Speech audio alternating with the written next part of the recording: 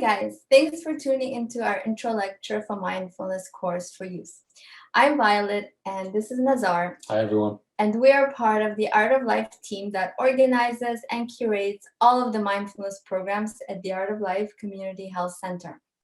So our center is based in Toronto and it's a non-for-profit organization. We run programs to promote self-healing on all levels with emphasis on child and family health. So healthy relationships, your emotional, psychological, physical health, all of it. So these are programs basically to help you take back control over your health and your well-being. And I'm talking about mindfulness, meditative art, music, meditative movement. We've also had seminars, lots of seminars on personal growth. We have the School of Healthy Living, and as well, until very recently, we've held annual youth charity concert events. So this is for youth, talented youth, to be able to share their creativities with all of us. So today our goal is to help you learn the skill of mindfulness and self-awareness. This is self-control, and ultimately it will give you self-mastery.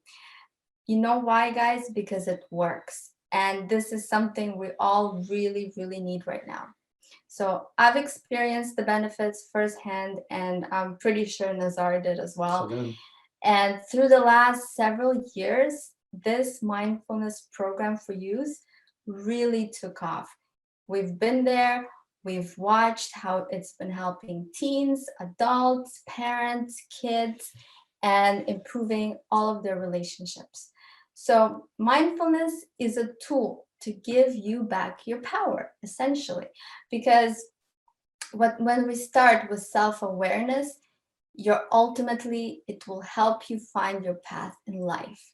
You will soon come to realize that these emotions, these emotional states like fear, angst, depression, they are all temporary. They come and they go. And the sooner you become self-aware, the less power they will have over you. Because believe me, you are stronger than all of that. And you can prove it to yourself by taking charge, making the first small step to take control into your own hands. I think we can all agree with the statement that life is full of challenges. We all face all kinds of challenges in our everyday lives. These challenges can be overwhelming at times. They can cause us to feel a lot of stress, anxiety, feeling overwhelmed, discouraged, unaccepted, or not belonging. None of us really like feeling this way. Yeah. And sometimes these feelings can last for a long time, months, or even years. We start to see the world through this lens of negative feelings and emotions. However, what is really happening there? And this is a very powerful question. Is it the situation which I am experiencing makes me feel this way? Or is it my reaction driven by my thoughts and feelings about the situation that determines the kind of experience that I'm having at that moment? What will happen if I can remain peaceful, accept the situation like it is, and mindfully observe what is happening in that present moment? There's a saying that says, change yourself, and then you'll see how the world starts to change around you.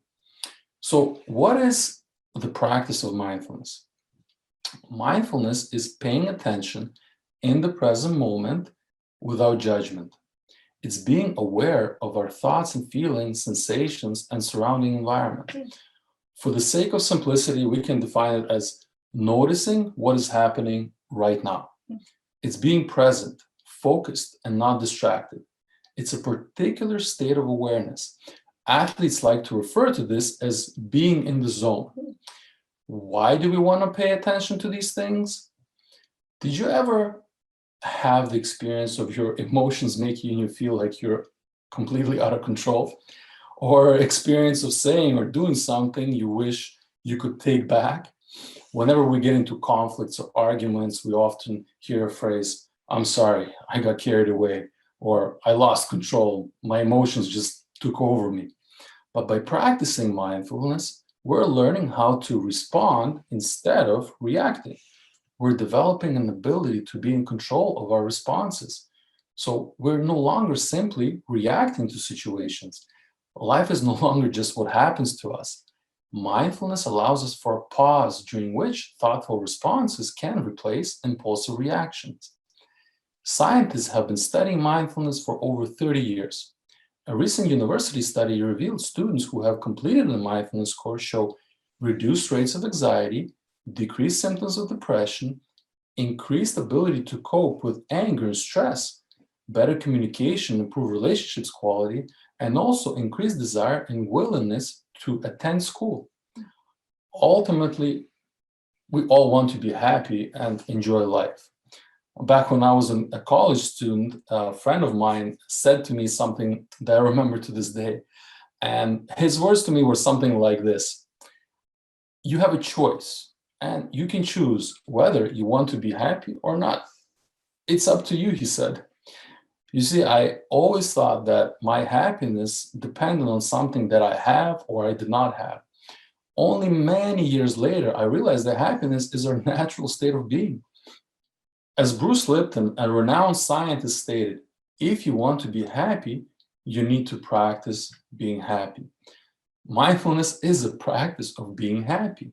Makes sense. Yeah. And mindfulness is actually a tool to get you going in that direction.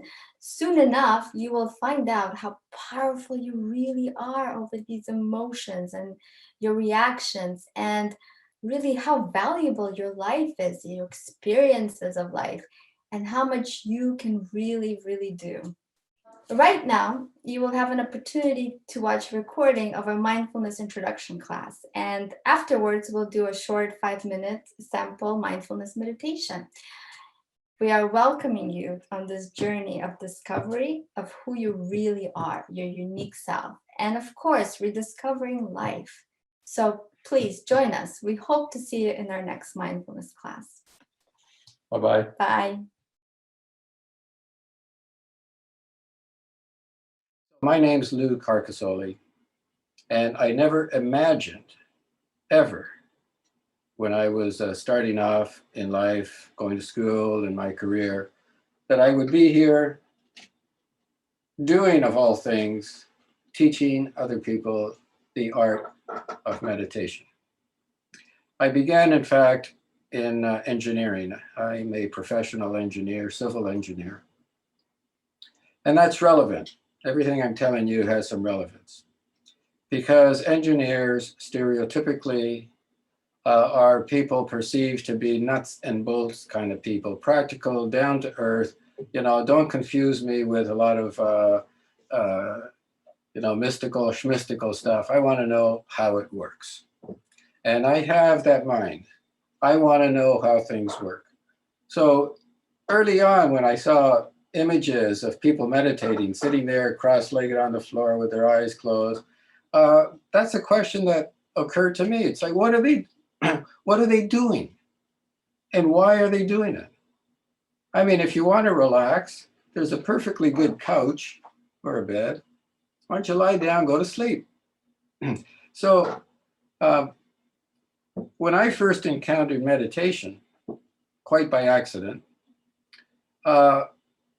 I was really intrigued because the teacher, who I'll tell you a little bit more about him a little later, presented the practice of mindfulness in a very down-to-earth, nuts and bolts, using mathematics, etc. That really spoke to me. Anyway, from engineering, I went into business. I have an MBA, Master's of Business Administration. And that's relevant because in that course was the first time that I encountered courses that had to do with human behavior, psychology, things like organizational behavior, management theory, and so on.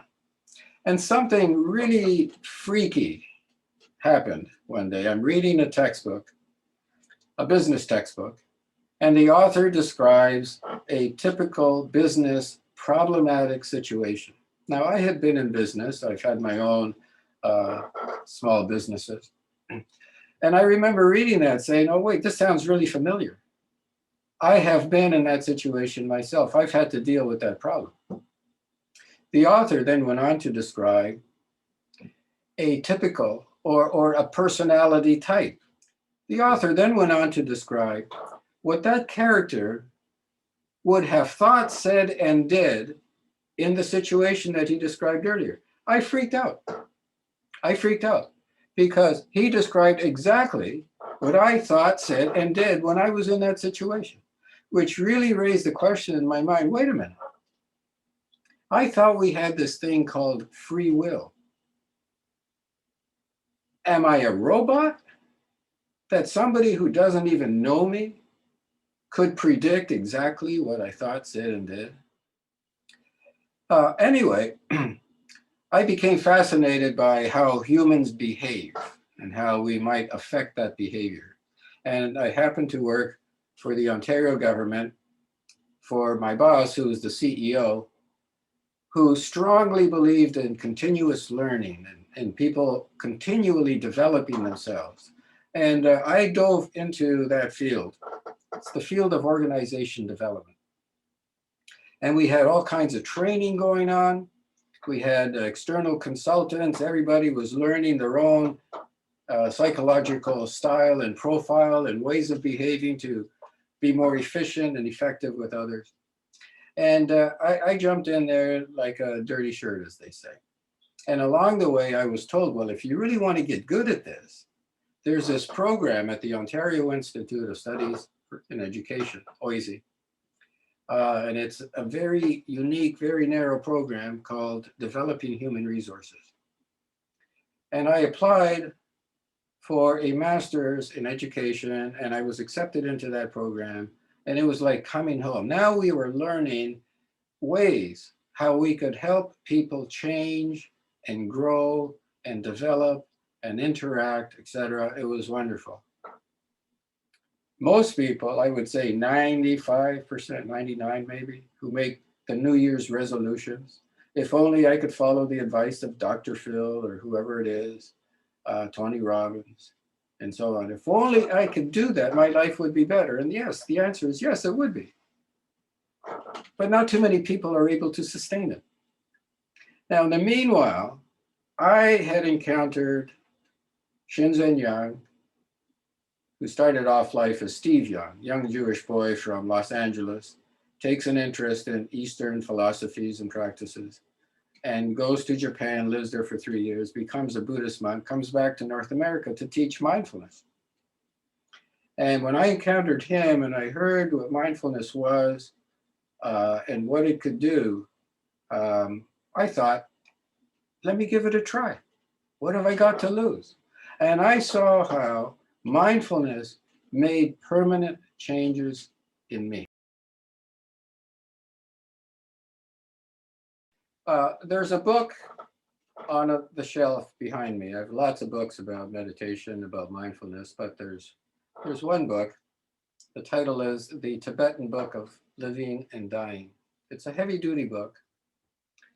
It's about Tibetan Buddhist meditation practice. Now, I want to say it on the outset that meditation has nothing to do with religion, with dogma, with anything.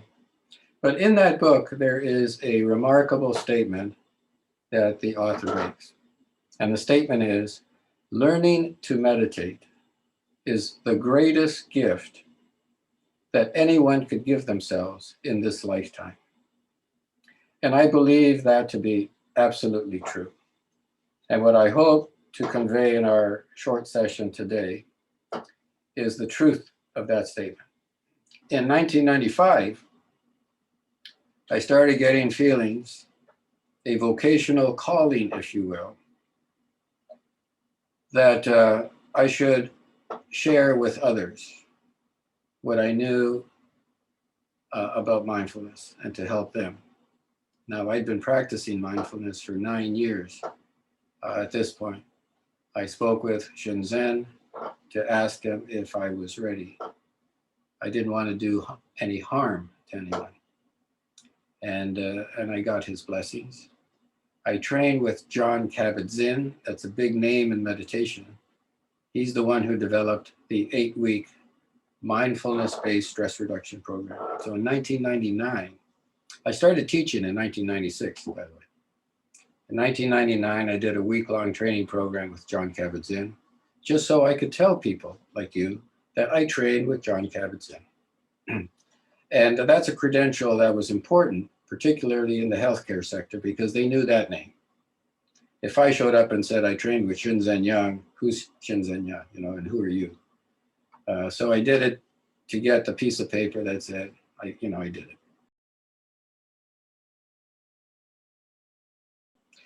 So I've been teaching since 1996.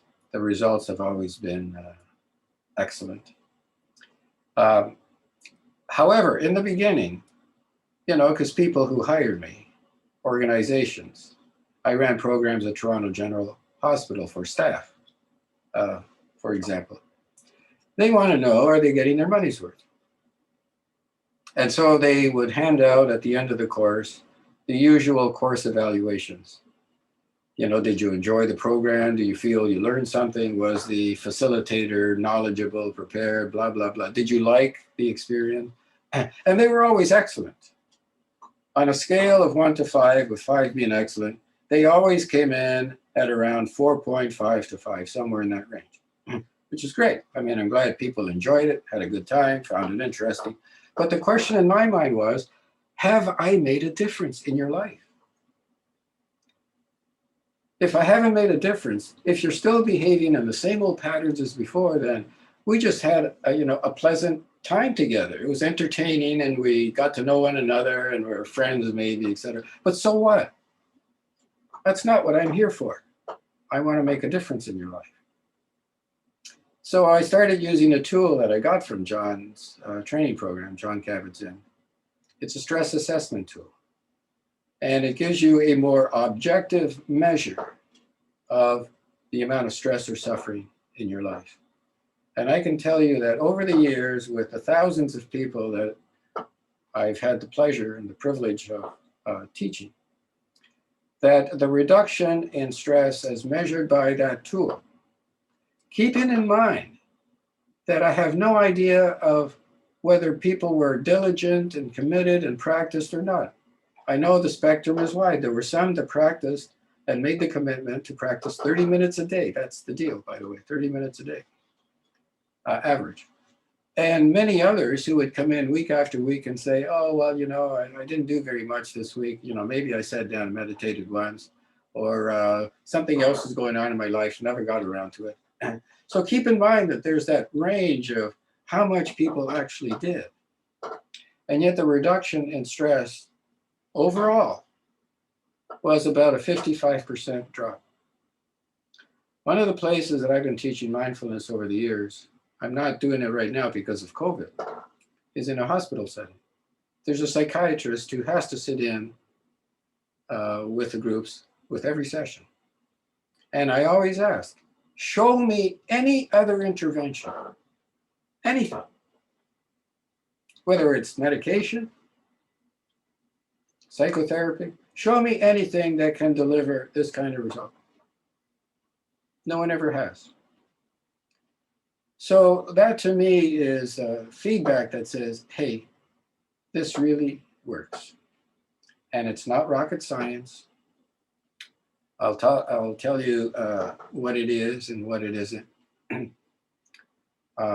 in just a moment. But first, I want to read something by a young lady who just, in fact, the completion of the program is today. So she sent this in.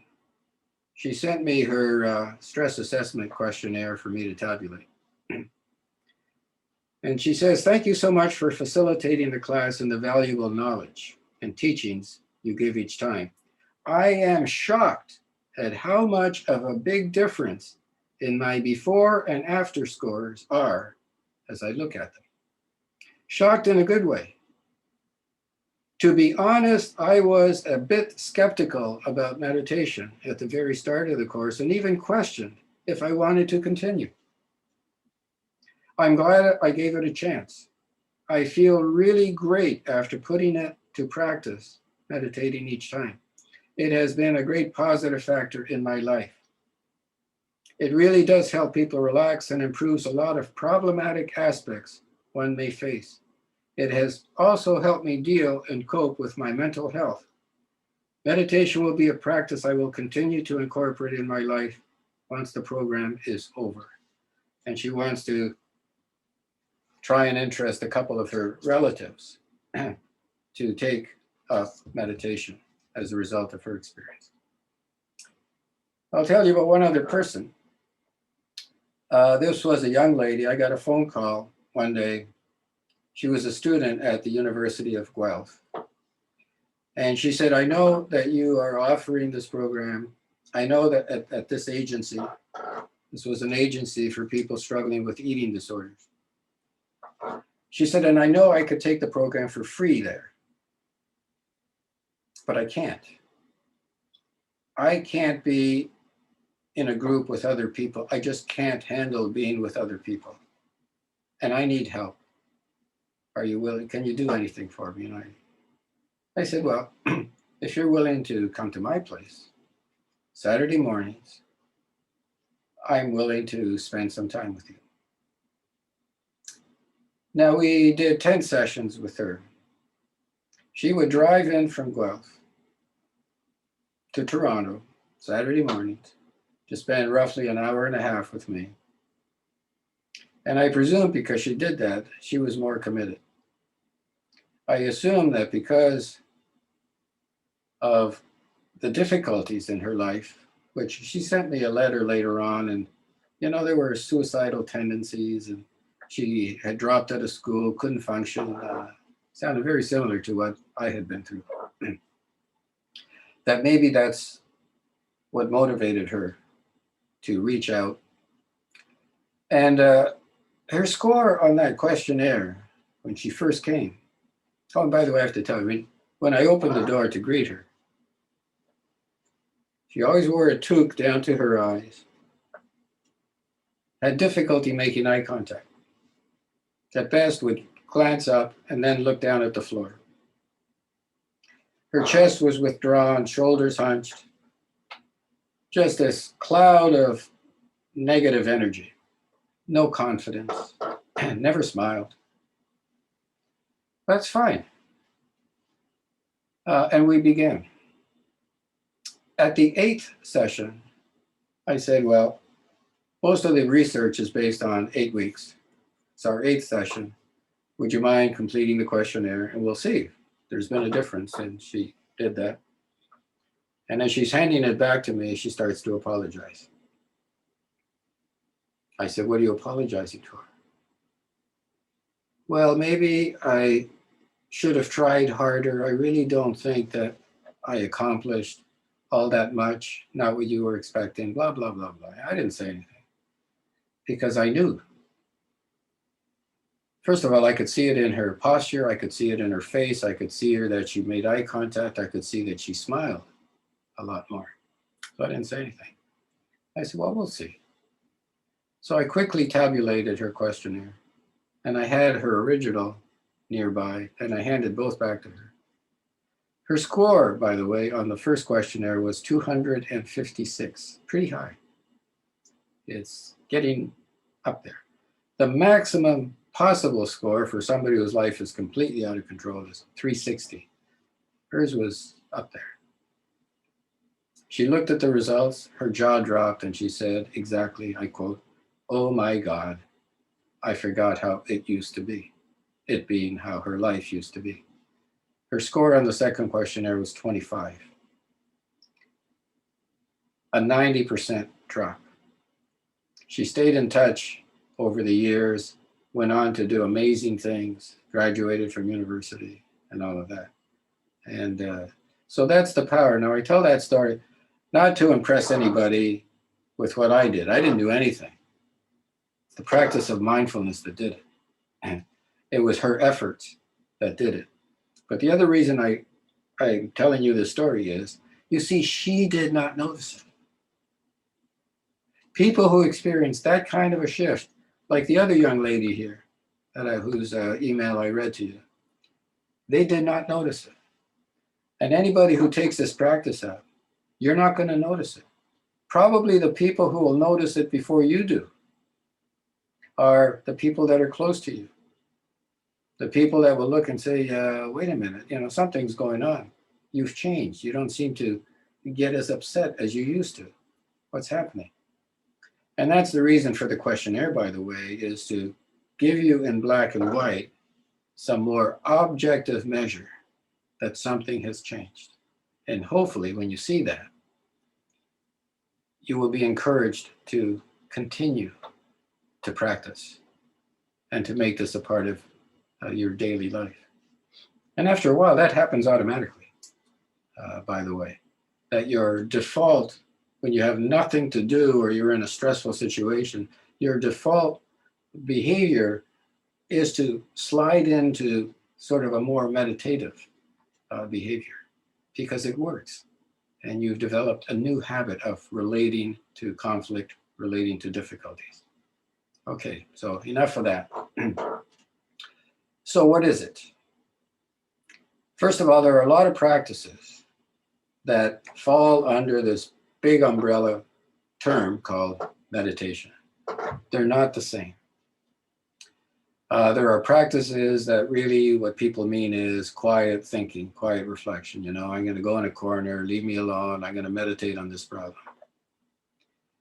Well, what is it that you're really going to do?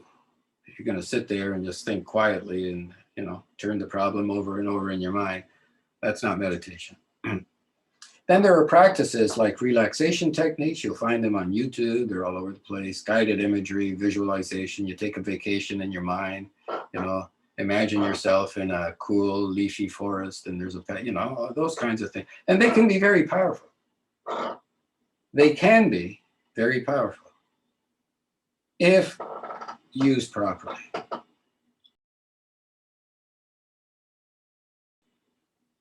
Now, in mindfulness, in the program I do, towards the end, we will use that kind of meditation, but for a specific purpose, so that we could apply the skills of mindfulness to that experience.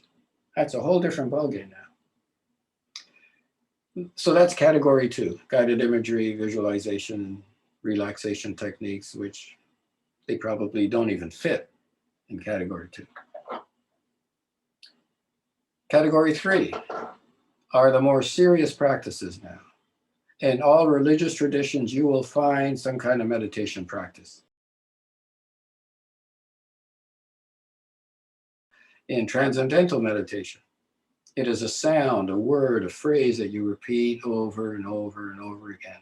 And the common theme in these practices, as far as I can see, is to develop high states of concentration, to be able to focus on something, whether it's a prayer, a sound, an object. And when you can focus with such intensity, it's as if everything else disappears. You're not aware of the world, you're not aware of pain in your body, you're not aware of anything. There's just the object of meditation, the thing you're focusing on.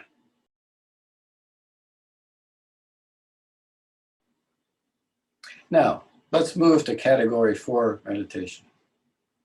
Category 4 meditation, the core of which is mindfulness. Mindfulness was discovered by the fellow that we refer to as the Buddha. He was a scientist, as far as I'm concerned, because he set out to find the answer to, is there a way to overcome, to transcend human suffering, stress? And he didn't find the answer because he searched around and tried all the different practices that were around at the time.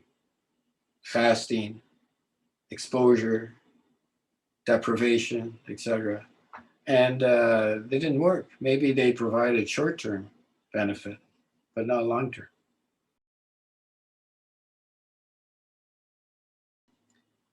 Over the years, as India was invaded by different armies and so on, people fled for safety.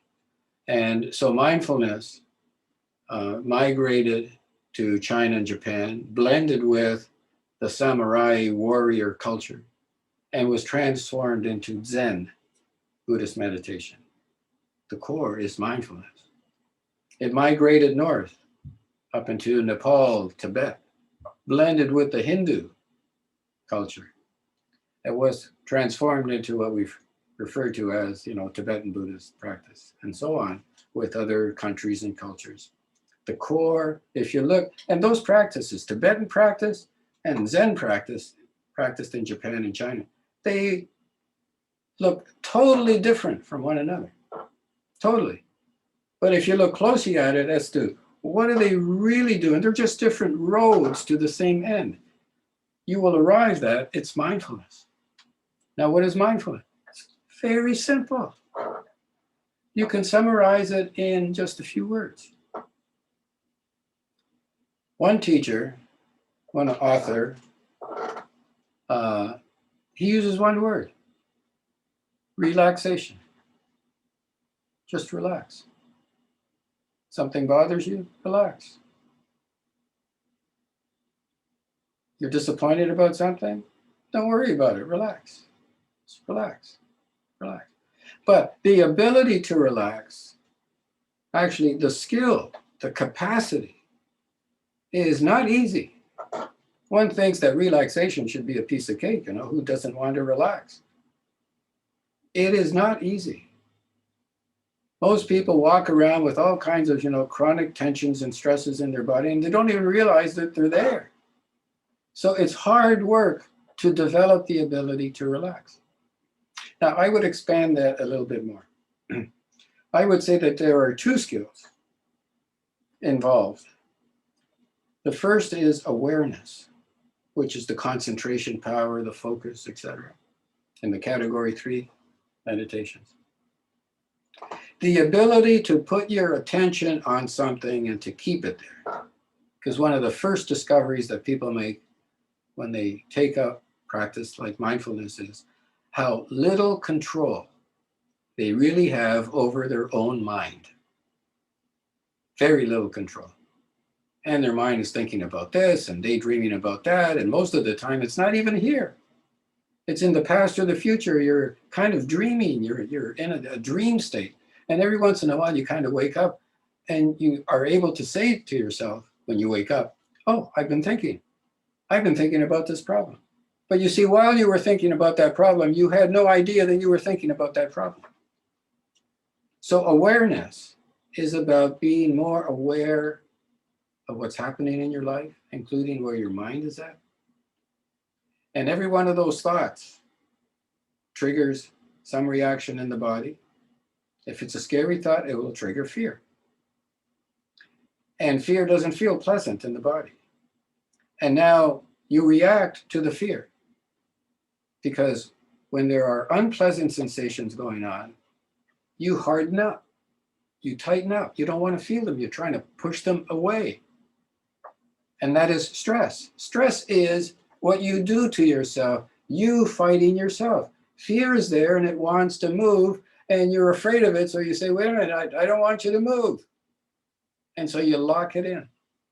And you have the knot in the stomach, the tension in the back of the neck, the headache, the queasiness, and all that stuff. So the first thing is to be aware, to notice where this is taking place. The second is to stop fighting yourself. That's the relaxation part. And it's a skill. Both of these are skills.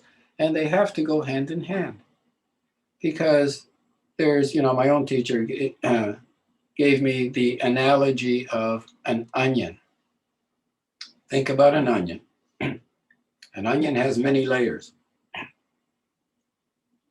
And most people spend their entire life, their waking life, on the surface of the onion. Not even aware that there's any depth to it. All they see is what's on the surface. And when you start to pay attention and you start to relax, you start to penetrate the layers of the onion. And you're learning about yourself. You're learning where inside you carry these blockages, these triggers. And it's a process of releasing that. And when you've released something that you're carrying inside, it's gone. It's gone. You know, there's a CBC video that they did in 2004, I believe. There was an Olympic swimmer who failed to make the Olympic team. She made a mistake. She was a Canadian champion. And her hand hit the lane rope in the trials in Montreal. And she lost her place on the team. And that precipitated years of depression, poor performance, because I guess her whole life she had been building to this moment to go to the Olympics, and suddenly the dream is shattered. Luckily for her, the sports psychologist had heard about meditation, and he devised a plan. And the plan was for her to relax, watch the video of the failed trial, the trigger, the memory. End of the video, to relax some more. Open the eyes, watch the video again, and go back and forth. I would have done it differently than that, but essentially a good strategy. It worked. Her joy of swimming returned. She started winning weight race after race. She made the Olympic team at the next Olympics. She came in 17th in the world, by the way, in her stroke, the backstroke. Now, some people may get the wrong idea based on everything I've said so far. And the idea is that, meditation is really useful and only for somebody who has problems, whether it's, suicidal thoughts, anxiety, depression, pain, and so on. And that is wrong. It's the wrong question. The question really should be, are you operating at peak performance, at your highest potential? Because if you look around, if you start doing some digging, you will see that there are top sports athletes, like Michael Jordan, Phil Jackson, the former coach of the LA Lakers and the Chicago Bulls, where Michael Jackson played, Shaquille O'Neal, the late Kobe Bryant, and so on. He taught them meditation. You get people in business performing at very high levels. We're talking like Steve Jobs was a meditator, and you'll find many other CEOs and people like that. And they do it because it helps them to perform at peak levels. So whatever you're doing, meditation, mindfulness will help you. I want to share just one result of a survey that was done with you. So I'm going to share my screen. This was a survey done by a couple of colleagues who taught mindfulness in the Ottawa area.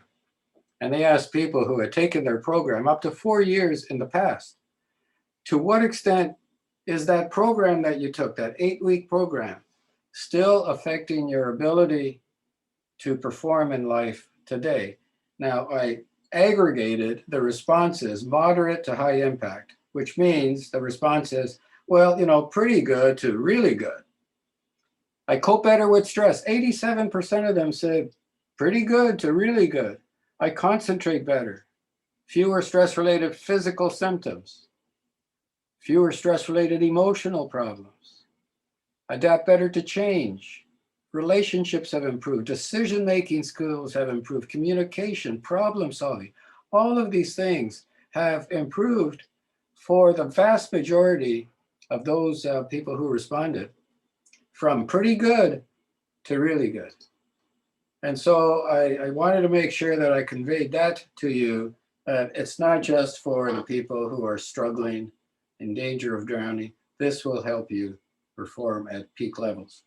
In one program we did about a year ago, they were with young kids. There were 3 boys, age about 10, 11, who said that they tried out for this elite basketball team and they failed to make it on several attempts. And after the mindfulness, all 3 boys made that team, and they credited it with mindfulness. One of them said on the way to the tryouts, he said, "Mom, I need to meditate before we go."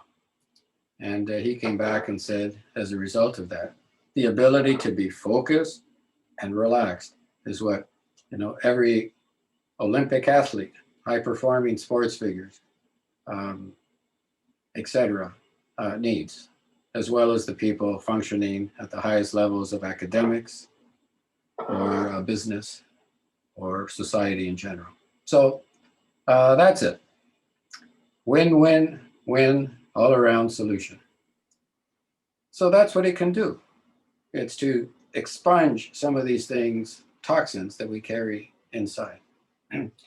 And all it is the practice to pay attention. Now, there are more efficient ways of cultivating those skills, and that's what happens in the 8-week program. We start with something that is doable, and then we start to increase the challenge factor a little bit more, a little bit more. It's like going to the gym. You go to the gym and you want to increase the strength of your bicep. Well, you get a weight and you start doing bicep curls. So maybe, let's say you start with 2 pounds and you do 10, 15, 20 repetitions. Now, if you stay at that for the rest of your life, you're never going to evolve to curling 20, 30, 50 pounds. So after a week of working with 2 pounds, your trainer would say, well, you're doing pretty good. Why don't we add another 1 or 2 pounds and see if you can do that? And of course, it's going to be a bit of a strain the first little while. But after a week or two, it's like, well, that's no big deal now. Now you add more weight. And eventually, over time, you're curling 50 pounds. It's like, wow. So it's the same with mindfulness in terms of these skills. Every week, the challenge gets slightly greater, but doable.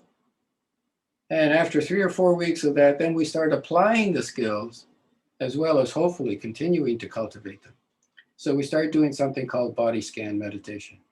Going through the body now, looking for places, all the corners inside where this is happening. The possibility of stopping that presents itself. And then down the road, towards the end, we will do a guided imagery kind of exercise, a forgiveness exercise, loving kindness exercise to intentionally, potentially trigger something inside that we're carrying.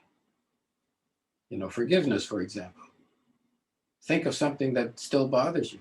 Every time you think about it, bothers you, still makes you angry or something. That's a toxin you're carrying inside. Let's see if we can release that. So the deal is this, it's an 8-week program. And that's how the program runs. We begin with a short meditation. You get tools, by the way. You get audio files. All you have to do is download it or press play or something. And my voice comes on and guides you through the exercise. You don't have to do anything else. So the first one is only 17 minutes long and easily doable. And then we go up to 30 minutes. And then we stay at 30 minutes for a few weeks.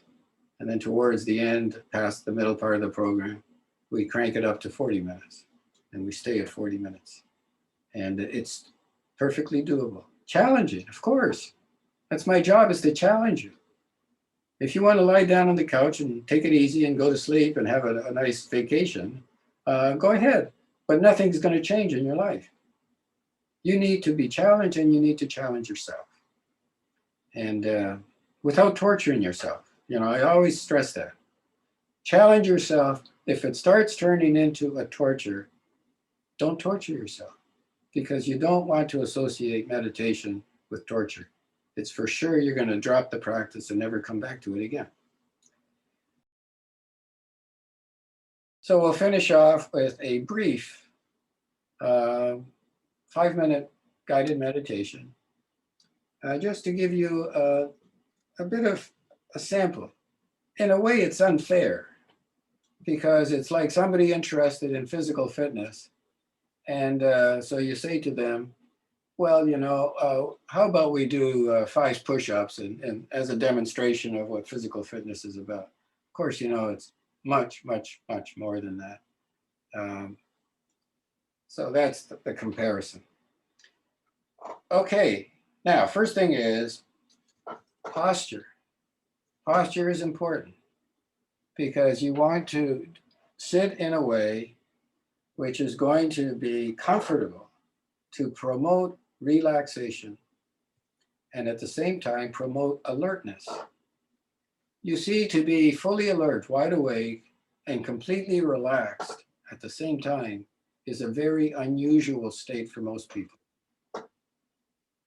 And we have a conditioned response that when the body starts to get very relaxed, the mind goes unconscious. We fall asleep. So you don't want to create the conditions to make that easier to happen. So do not meditate lying on the couch or in your lazy boy reclining chair. And don't worry about the classic postures, sitting cross-legged on the floor, because those will be torture for most people, unless you are, a real yoga practitioner. So just find a comfortable chair, one that will promote a relatively straight back. We're going to meditate with our eyes closed. Some practices, like in Zen meditation, they teach you to meditate with your eyes partially open. And there are pros and cons to that, which we can talk about somewhere down the road. But in mindfulness, it's usually closing the eyes. Now, what we're doing is we are simplifying the environment. The environment experience comes to us through our eyes, our ears, our nose, our mouth, and physical touch, our nervous system. It's the only way we experience anything. And if we're moving around or the environment is too distracting, a situation is too chaotic. So you close the eyes to remove the visual distractions. You sit in a quiet space so there isn't a lot of noise. You're not doing much eating. Hopefully there aren't strong smells around to distract you. And you sit relatively still so you're not generating a lot of touch. And in this way, we have a greater possibility of noticing what's happening inside our mind and in particular inside our body. I'm going to ring this meditation bell. I'm going to ring it 3 times. It's tradition. Everybody seems to ring it 3 times, and I just fill in with tradition. Every once in a while, I'm tempted to ring a 4th time to see, is anybody paying attention? So I'll ring it 3 times. When the bell is ringing, that is your object of meditation. In other words, pay attention to just hearing the sound of the bell. Don't think about it. Don't judge it. Don't start wondering about where you can buy such a thing and how much they, just listen, listen, listen, listen.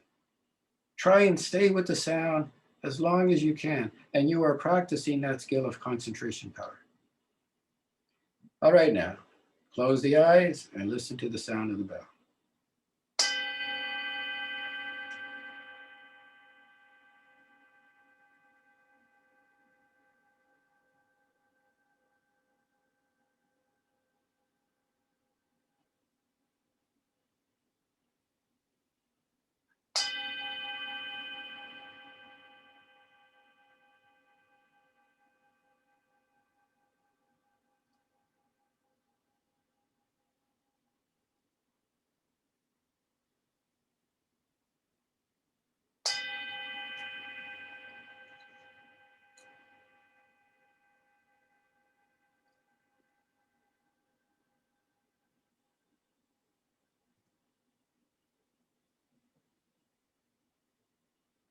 So the place to start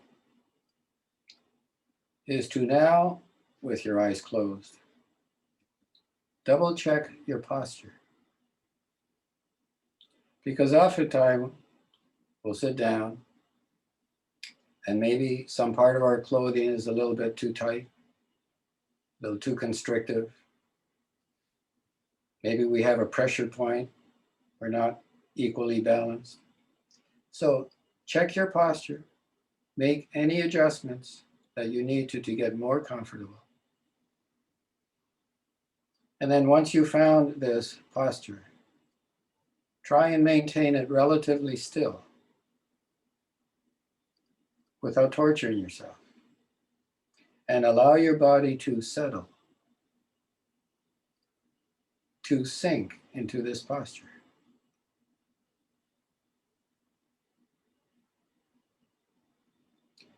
Feel that force called gravity, which is holding you to the earth, pulling you down.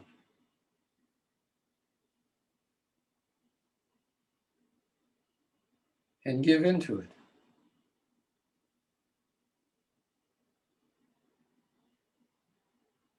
Almost feel like your insides are drifting down towards the floor.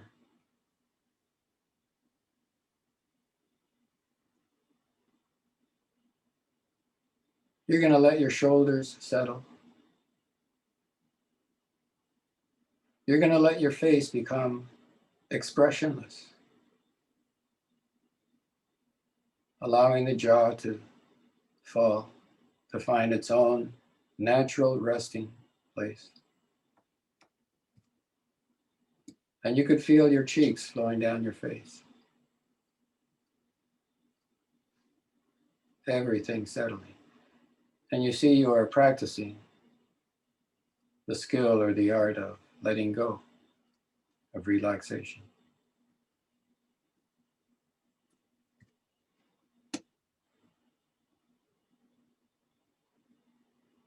And now in this calmer, more relaxed state, you become aware of something happening continuously, and that is your body breathing.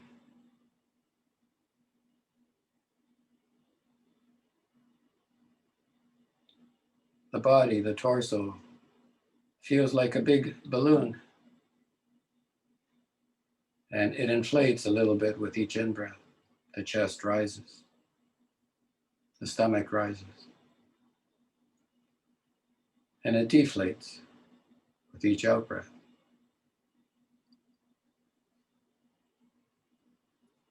And that becomes your object of meditation, to just feel the lifting and the falling away. The lifting and the falling away, breath after breath.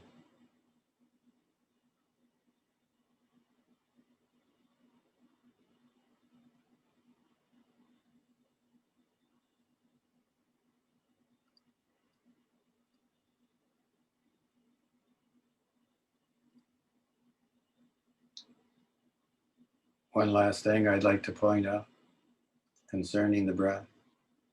Very important. Notice that when you breathe in, your body goes into a little bit of tension. Because in order to breathe in, the muscle called the diaphragm contracts, goes into tension. And it physically pulls on the lungs to expand them. And so we literally suck the air into our lungs. But when we breathe out, there's no work to be done. We don't push the air out. We simply relax. The diaphragm relaxes. The lungs relax. And the air naturally escapes. Every out-breath is an act of relaxation, an act of letting go. A reminder of what letting go feels like. And you can use that as a powerful tool to go deeper and deeper into relaxation. So let's do that for the last minute now. And if you want to add something else, you can say to yourself silently in your own head with each out-breath, the word deeper.